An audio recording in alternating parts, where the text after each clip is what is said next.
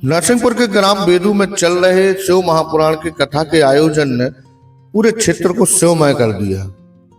भक्तों में काफी श्रद्धा और आस्था देखने को मिली। वहीं हजारों की संख्या में आए श्रद्धालुओं ने शिवलिंग निर्माण कर कथा को श्रवण किया। वहीं भगवान शंकर एवं भगवान गणेश जी की बारात को बड़े ही धूमधाम से अनोखी झांकियों के साथ पूरे ग्राम में भ्रमण कराया गया।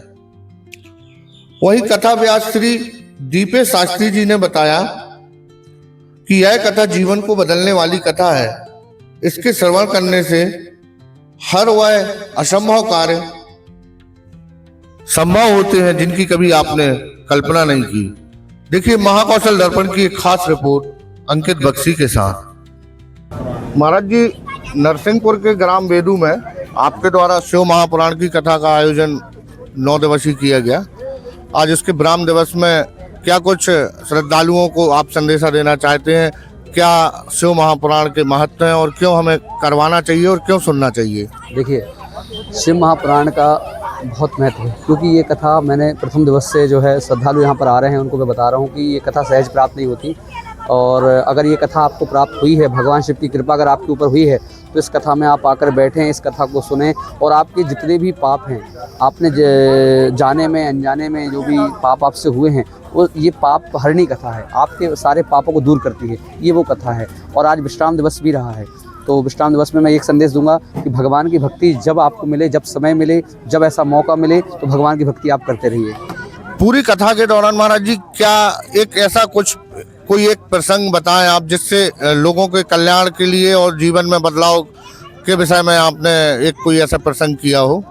देखिए, बिल्कुल मेरा एक प्रसंग ये है कि मैं हर भागवत में, हर शिव पुराण में या जो भी जहाँ भी मेरी कथाएं होती हैं, मैं वहाँ पर 2 शब्द जरूर बोलता हूँ। यहाँ पर मौसम की थोड़ी गड़बड़ी से तो प्रसंग भी नहीं बोल पाया, लेकिन ये 2-5-10 सेकंड की बात ये है कि अगर आप भगवान को मन से, लगन से आप पूजोगे, तो जैसे एक कुम्हार है, वो मटका बनाता है, बड़े भाव से बनाता है तो उसका आकार मटके का हो जाता है। ऐसे ही भगवान की पूजन अगर आप भाव से करते हो तो आपको भगवान जरूर मिलेंगे। क्योंकि एक ग्राम के ऐसे ही जो एक सदस्य थे, वो पूजन में पंडाल में नहीं आते थे। एक जगह मैं कथा कर रहा था तो उनको मैंने संदेश दिया कि आप भगवान का पूजन करें या आप कोई ना कोई संकल्प लें।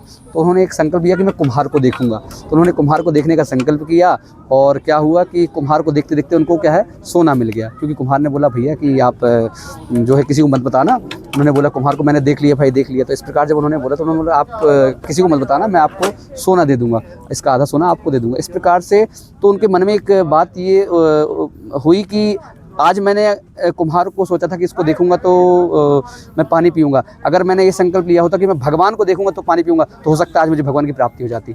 तो मैं यही संदेश देना चाहता हूँ कि भगवान का भाव और भक्ति से आप पूजन करते रहिए, तो आपको भगवान की प्राप्ति अवश्य होगी। जी, आपका ये जो प्रसंग आपने बताया, इससे जहाँ तक ये साबित होता है कि चाहे आप कुम्हार को देख लो, चाहे आप पेड़ को देख लो, अगर आपका लक्ष्य सही है और भाव सही है, अच्छा है। भगवान कहते हैं कि भाव का भूखा हूँ मैं, भाव ही एक सार है, भाव से भजो तो भव से बेड़ा पार। किसी भी भाव में आप अगर ठान लें और श्रद्धा से अगर उस चीज को पाना चाहें तो बड़ी मुश्किल नहीं है, बिल्कुल सफलता जरूर मिलेगी। कोई भी कार्य अगर आप शिद्दत से करते हैं, आप मन से करते हैं, आप लगन से करते हैं, तो आपको उसकी प्राप्ति जरूर होगी। ठीक है महाराज जी, ओम नमः शिवाय। ओम नमः शिवाय।